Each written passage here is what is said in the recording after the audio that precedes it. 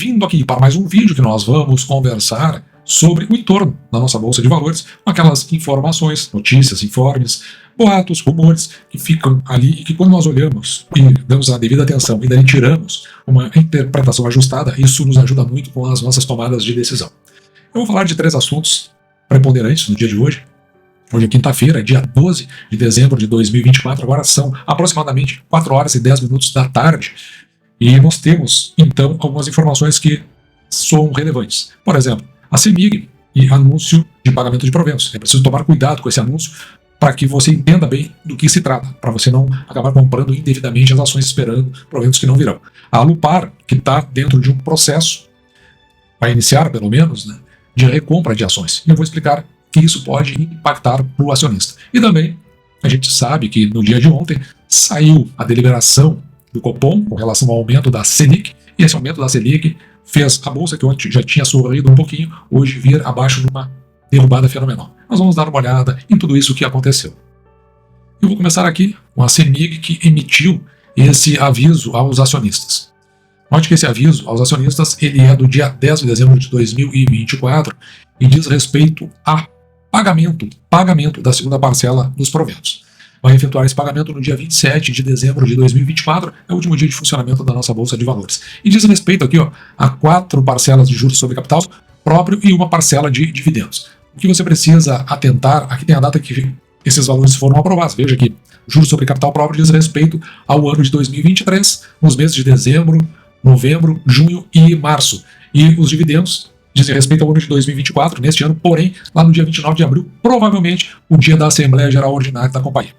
Aqui estão as datas para quem fez direito a receber esses proventos. E note que vai ter direito a receber os proventos, por exemplo, o juro sobre capital próprio. É lá atrás, dezembro de 2023, novembro de 2023, junho de 2023 e março de 2023. Essas são as datas em que o acionista deveria possuir as ações até o final do dia.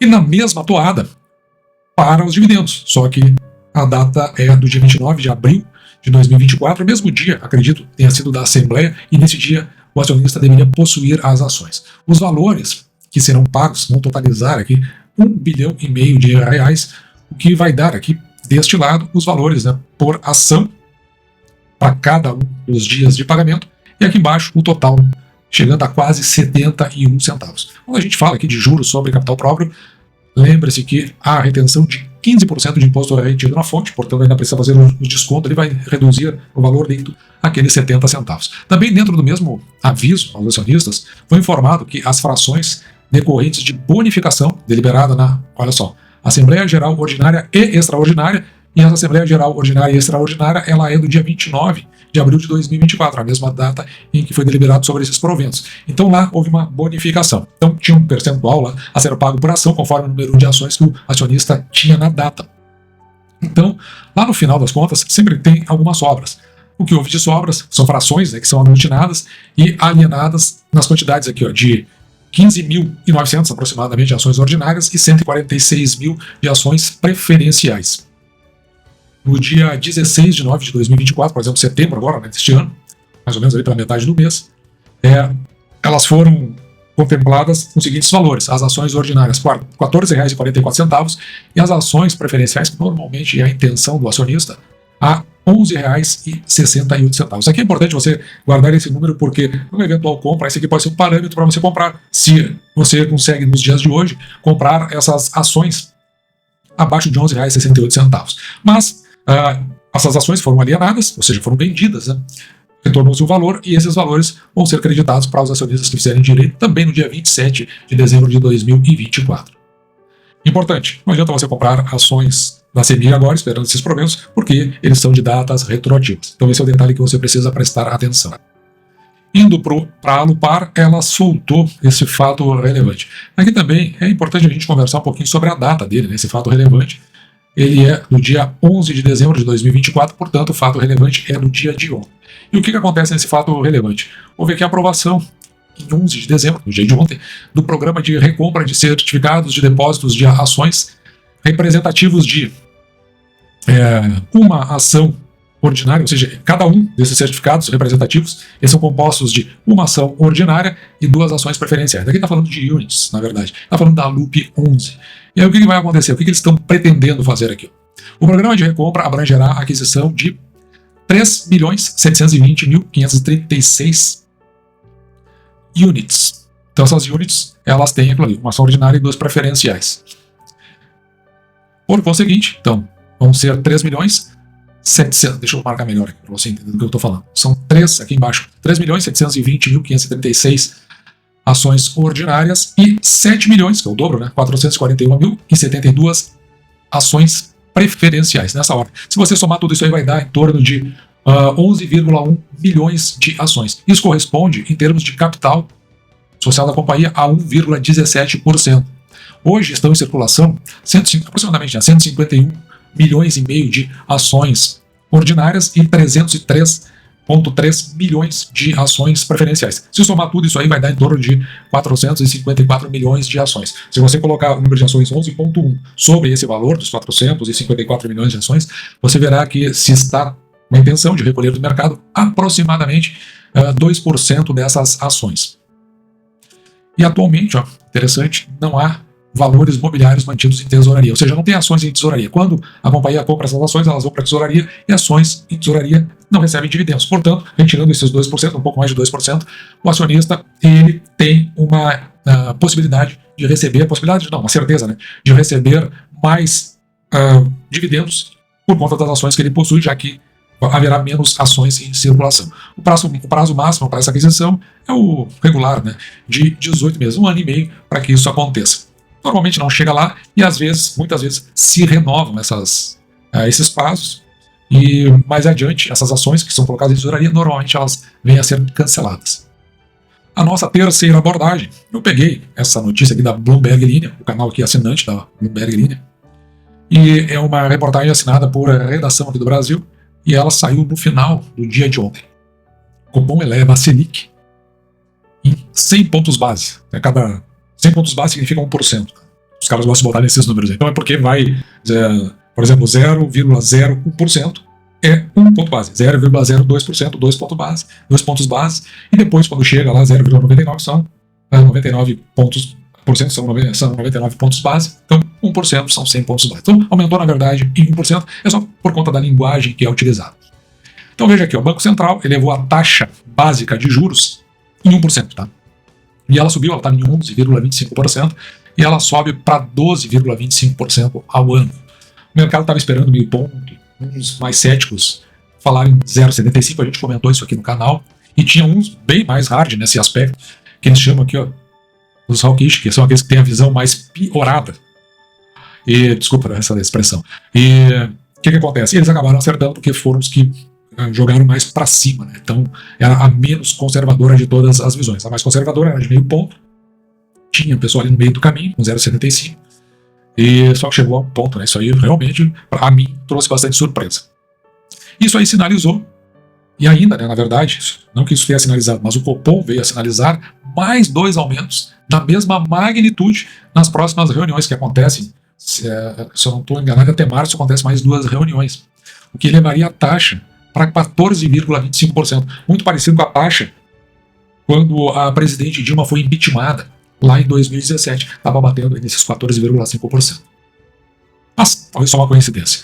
A elevação de 1 ponto percentual confirma as projeções, aquelas mais ousadas do que poderia acontecer, de parte do mercado. Como eu disse, o cenário mais recente o cenário que eles estão apontando, isso aqui é o descritivo que o Copom dá.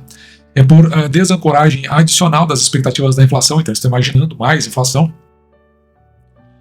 uma elevação das projeções, dinamismo, aqui é interessante, ó, dinamismo acima do esperado na atividade e maior abertura do hiato do produto. O que ele está falando aqui é o aquecimento do mercado de trabalho e a elevação do PIB, o que exige uma política monetária ainda mais contracionista. Já era alta e aí deu uma piorada. Claro, eles não estão trazendo o todo aqui dessa história, né?